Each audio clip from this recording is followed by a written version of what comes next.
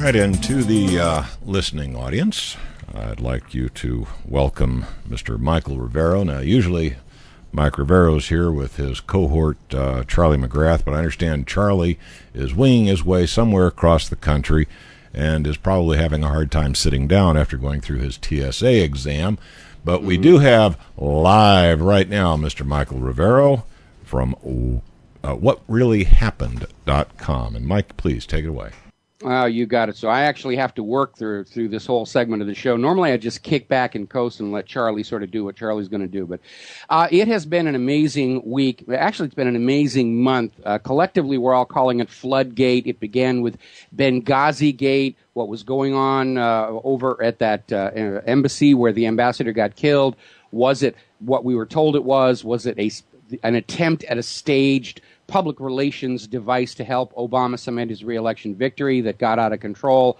Then there, of course, is IRS Gate, where it turns out the Internal Revenue Service was directed to specifically target conservative groups, the Tea Party, the Occupy movement, political dissidents for harassment. GOP major donors were being hit with all sorts of excessive gratuitous audits.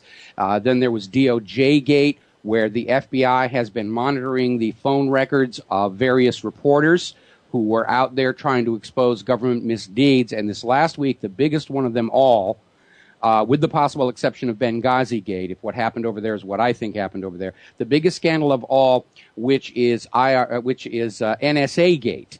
And in a nutshell, it turns out, and a lot of us here in the Patriot community have been saying this is probably going on, so it may not be something new and shocking to you, but we got the absolute confirmation that back as early as 2006, and some of these aspects actually go back to 1999, but since 2006, the National Security Agency has monitored every single phone call in the United States of America. They have been through a system called PRISM that nobody was told about. They have had direct computer links into every major computer provider. Google is involved in this thing, Yahoo, major ISPs, and the NSA has been making copies of every single email you have ever sent, every text message you have ever sent, any photo or video that you sent through your cell phone or your laptop or your tablet, the NSA made a copy of. This is simply bulk, warrantless spying on every single American citizen. There is nobody listening to this broadcast who was not impacted by this. And it's just this broad sweep to grab everything that's out there and save it in these huge data centers. They just opened this $2 billion facility out there in Utah. They just broke ground on a new facility in Maryland that's estimated to cost $800 million, which means with government bidding being what it is, that's going to be another $1.5 billion. And it's not just inside the United States of America. They're basically grabbing data from all around the world and saving it and looking at it. You have no privacy whatsoever. All of this, of course, is a complete violation of the Fourth Amendment to the Constitution of the United States of America that says that you have a right to privacy, that the government cannot come in and poke into your affairs without an actual warrant based on oath or affirmation. There's got to be probable cause before they can come in and look at your personal affairs. And it is a huge scandal. Obama and his minions are in total panic mode trying to explain this away and justify it. And, of course, they're coming out there and saying, well, we needed to do this to prevent terror attacks in the United States of America. Okay, then how do you explain Boston? Because if we accept the official story about Boston, it was a terror attack, then obviously all of this surveillance on ordinary law-abiding Americans doesn't work. All the groping at the airports by TSA doesn't work. All the going through of your laptops and stuff and looting your luggage. And we know the whole system is full of crime. TSA gets caught stealing from luggage on a regular basis. They dropped and destroyed a very expensive laptop of mine. When I have to travel now, I have this real cheap netbook that I take for traveling. I don't want to trust the TSA with an expensive piece of hardware ever again. They've got Butterfingers over there. These are people who couldn't even get jobs at the fast food restaurants. And they give them rubber gloves and say, oh, go grope all the people. Look at them naked. All the rest of that stuff. So the NSA is out there peeking at everything that you do. And the government is saying, well, we need to do it to protect you, and we promise the data will not be misused, and we're not actually listening to the phone calls and reading the emails unless we've got a really good reason, which sounds to me like a burglar who breaks into your home and takes your jewelry and your TV, and he says, it isn't really a crime until I sell that stuff to a fence or trade it for drugs. I'm just holding it. And until I do something with it, it's not really a crime. That's the opinion coming out of the government. And, of course, we know the government cannot be trusted with your data. I have lost count of the number of government intelligence officials, mostly FBI, who get nailed on insider trading charges because they're just poking through somebody's personal records. And let's say you're a business person and you own a small company, publicly traded, and you've got a brand new top secret product you've been working on for years and you've invested all kinds of money in, and you're getting ready to take it to market. And these FBI bozos catch wind of it and they say, oh, wow, I got to go and buy stock in this company because in 2 weeks it's really going to go up. That's called insider trading, and it is not a hypothetical. Back during the Clinton administration, up in Seattle, there was a huge scandal involving the Asia-Pacific Economic Conference, in which U.S. intelligence agencies, the same agencies we now know have been peeking at all your text messages and private emails and phone calls going back to 2006, those guys were caught stealing business secrets from conference attendees and giving them to Bill Clinton's political cronies. I'll give you one of the most obvious examples where something like that can happen. Let's say that you and one of Bill Clinton's buddies are bidding on this huge contract for development someplace in the Pacific Basin. And the FBI breaks into your computer and it finds out you're going to bid for X number of dollars. And they go to Bill Clinton's friend and say, you just need to bid a few dollars under X and you'll get the contract. That kind of stuff was going on. They were even providing children for sexual purposes to some of these conference attendees so they could turn around and blackmail them or just get information out of them. This is the reality of what these intelligence agencies are doing. Go back and read the history of COINTELPRO from the 1960s. That scandal, when it became public in the 70s, almost brought the U.S. government down because the American people were living in this dream world of our government would never do the things that we saw the Stasi or the KGB or those intelligence agencies for those evil governments around the world. Our government is special because we're Americans and we would not do that sort of thing, which is not only charmingly naive, it's also racist. We find out, yeah, our intelligence agencies are doing that. They truly believe that they don't have to abide by the law or the rules, that they're above the law because they serve some kind of a noble purpose. But the reality is the willingness to lie, cheat, steal, and kill does not make you a superior human being. It just makes you a human being willing to lie, cheat, steal, and kill. And this is beginning to just blow all over the place here. More information has come out. Do you remember back in the 1990s, the scandal over NSA key? And that came about when Microsoft was releasing an early version of one of their Windows operating systems to the beta testers, and they released one of the operating systems without stripping out what's called the symbol table. Now, you have to be a computer geek to understand what I'm talking about. But when the code is compiled from the source code down to the executable, the program that actually runs on your computer, there's a portion of that compiled code called the symbol table derived from the assembler code. And normally your end product going to the store, all of that is stripped out because it takes up room and it doesn't do anything. But this pre-release version had been compiled and distributed without the symbol table stripped out. And looking at the symbol table, it was discovered that Microsoft's encryption architecture contained not one, but two keys that could decode any message passed through it, and one of the keys was labeled NSA key. Now, Microsoft is denying that this had any kind of a nefarious situation, but we've gotten confirmation from other sources.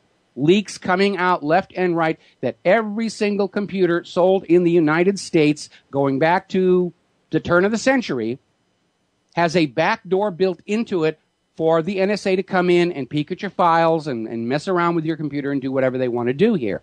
And by the way, that is a violation of the Fifth Amendment, that last part, that private property cannot be taken for public use without just compensation. For 12, 13 years now, the NSA has been using your computers, your computer time, your computer memory. They're taking your resources you bought and paid for to use for their nefarious purposes without just compensation. And it's just one more reminder that our current federal government absolutely does not care about the Constitution. They'd like to get rid of it. But I want to remind everybody listening to this program that Constitution is the original contract with America. It is the agreement under which we, the people, allow the government to manage the nation for the nation and its people. And if somebody wants to be in that government whose authority rests on that Constitution, they have to play by the rules.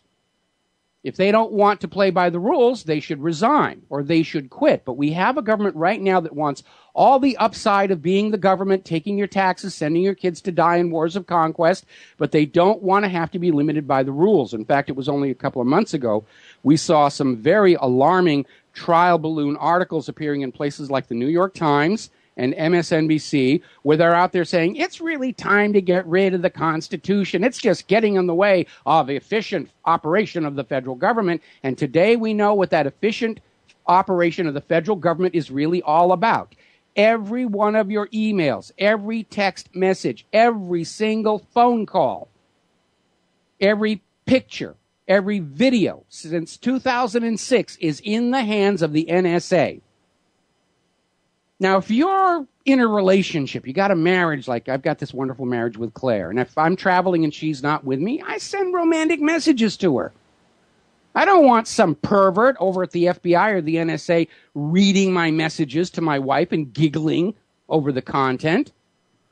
We know that boyfriends and girlfriends like to send sexting messages to each other, revealing pictures that are intended only for the significant other.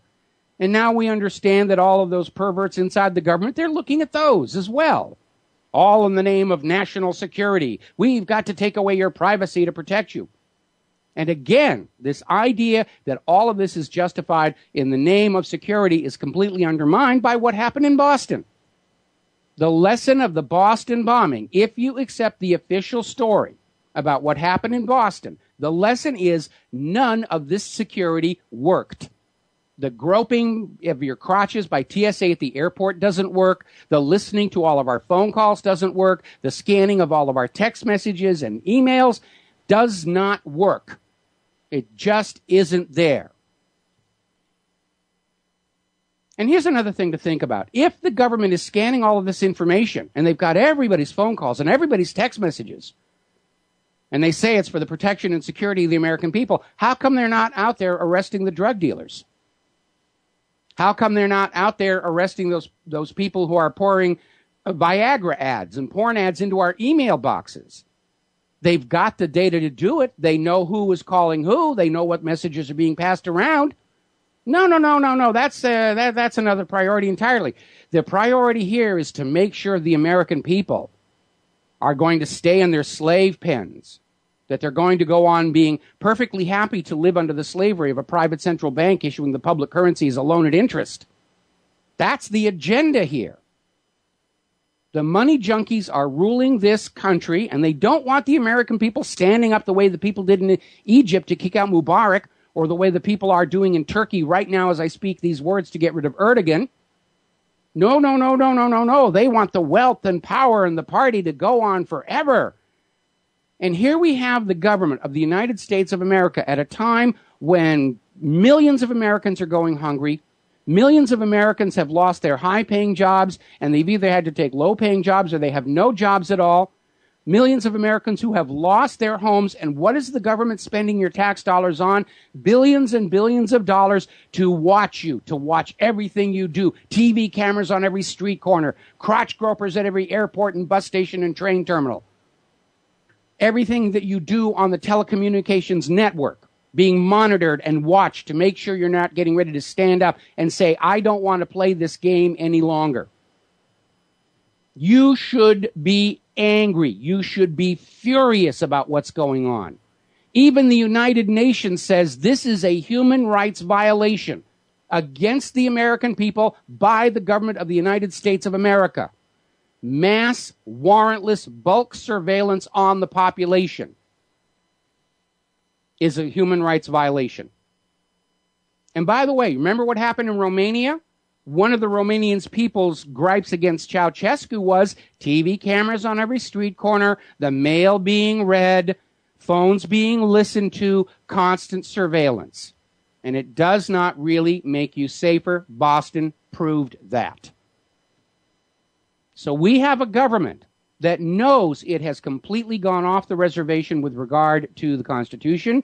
We have a government that knows the American people know they were lied to about Saddam's weapons of mass destruction, torpedoes in the Gulf of Tonkin, Spanish mines in Havana Harbor, 9/11, USS Liberty, and by the way, today's the anniversary of that cover-up and deception.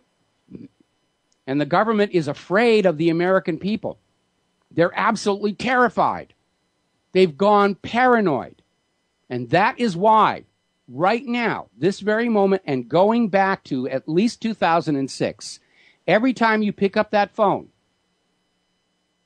it's being monitored. And you don't even have to pick up the phone. It came out that the NSA was tracking all of the Occupy protesters and Tea Party people through their cell phones. You know, all modern cell phones have a GPS chip in there. So that little spy on your hip is designed to help the government. Every cell phone has a microphone that can hear the entire room, ostensibly to have a speakerphone functionality, but it's been known that the government can turn that microphone on remotely and listen to the room without you knowing it. They can come in and get that GPS information so they know where you are at any time, and they were doing this to the Occupy protesters, none of whom broke a law. They were simply standing up and saying the current financial system does not serve the people of the United States of America. And by the way, when you're targeting protesters engaged in protected First Amendment activities, that's a violation of the First Amendment. So right now at the current count, this whole NSA spying scandal, they have violated the First Amendment, they have violated the Fourth Amendment, they have violated the Fifth Amendment, and by virtue of those three violations, they've also violated the 10th Amendment. This government is not playing by the rules. And if they're not following that contract with America, the Constitution, they're not a legitimate government any longer. They're not the lawful government of this land any longer. It's a bunch of money junkie pirates who've stolen a nation and enslaved it for their own wealth, power, and gratification. And you should be angry. Think about every message or phone call you have made in the last 5 years that was deeply personal. Talking to your husband, your wife, your lover, your parents, whatever. Or think about any time you're discussing a private business deal where you and your business associates are engaged in 100% perfectly legal business activity.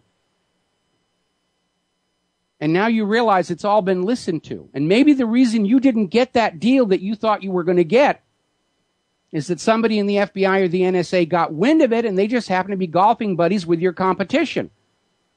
The next time they're on the golf course, they say, by the way, you know that person that you're going up with, for this bid, you want to bid below this level. That stuff goes on all the time. They've been caught doing it time and time again. This idea that if we've got nothing to hide, we've got nothing to be afraid of is complete nonsense. The government views you and your thoughts and your information as their personal property to use as they see fit. Absolutely, we have a right to privacy from the government. The Founding Fathers recognized that in the Fourth Amendment, that the government can't just come in and look around to see if they can find something wrong, because the Founding Fathers understood government attracts the very sort of people who shouldn't be in government. And there's a reason the Constitution and the Bill of Rights are written in a way to throw the bias toward the people. Freedom and rights for the people are assumed. Government is supposed to be limited. This is more abusive than the Stasi. This is more abusive than under Stalin. This idea that everything that you do is being monitored. And even when your cell phone is off, it's telling the government where you are to make sure you're not hanging out with the wrong sort of people.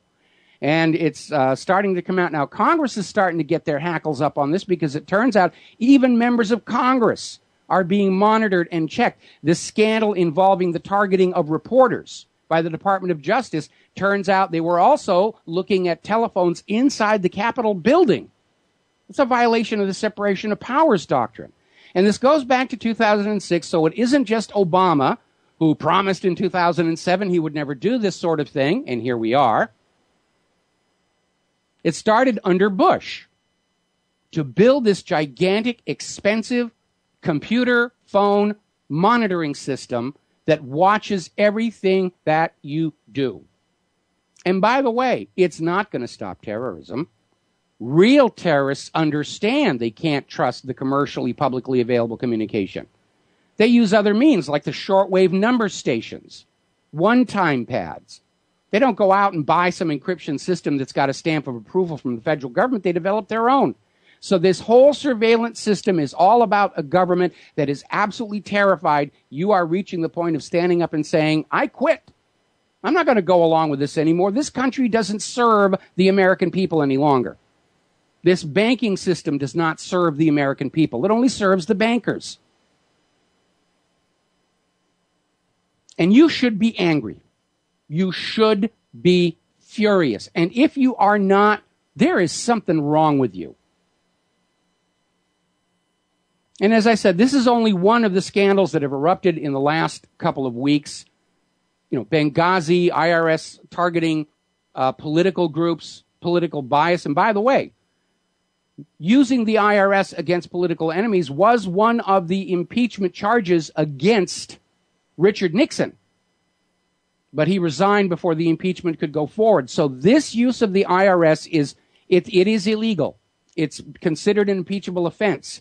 And no way did these two employees in Cincinnati just take it on themselves to do this. They're already out there saying the orders came from Washington, D.C. What did the president know, and when did he know it? And, of course, I think we ought to be concerned because with this much scandal threatening to destroy his second term in office and turn Obama into the new version of Richard Nixon, he's strongly motivated to escalate these wars now. Go into Syria, go into Iran, bomb North Korea, I don't care, bomb Monaco. Bomb the Bahamas or something. Just get a distraction. He's desperate for distraction right now, and you need to be aware that's his agenda right now. So it's been a heck of a week here, and as we talk about United We Strike and national strikes and boycotts, if you have not gotten involved yet, now's the time that you need to do it.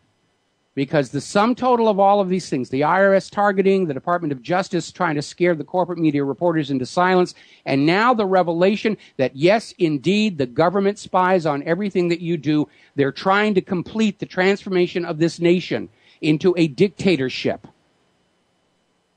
And you're either going to stand up in opposition to it now, or you're going to lose your chance. If you do not choose to fight these people right now, you will soon have no choice but to fight for these people from now on. That's their goal, to go on with wars of conquest around the globe with your children, and you no longer have a right to disagree with them. That's what this is all about. So go out, do your homework, go out on the World Wide Web, look about all this NSA spying stuff, and decide for yourself if this is what you think America is supposed to be about, where the government watches everything that you do. We're right in 1984. What George Orwell tried to warn the world about with his fiction, we're there. Everything is being monitored. Everything has a back door for the government to look at you, whether it's the TV cameras and microphones in your cell phones and tablets. Even the new TV sets have TV cameras in them so that they can watch you. And it's always with another excuse, oh, we're supporting video messaging and speaker phones and all these other things that are convenient to the American people. But every one of them has a second purpose that allows the government to watch everything that you do.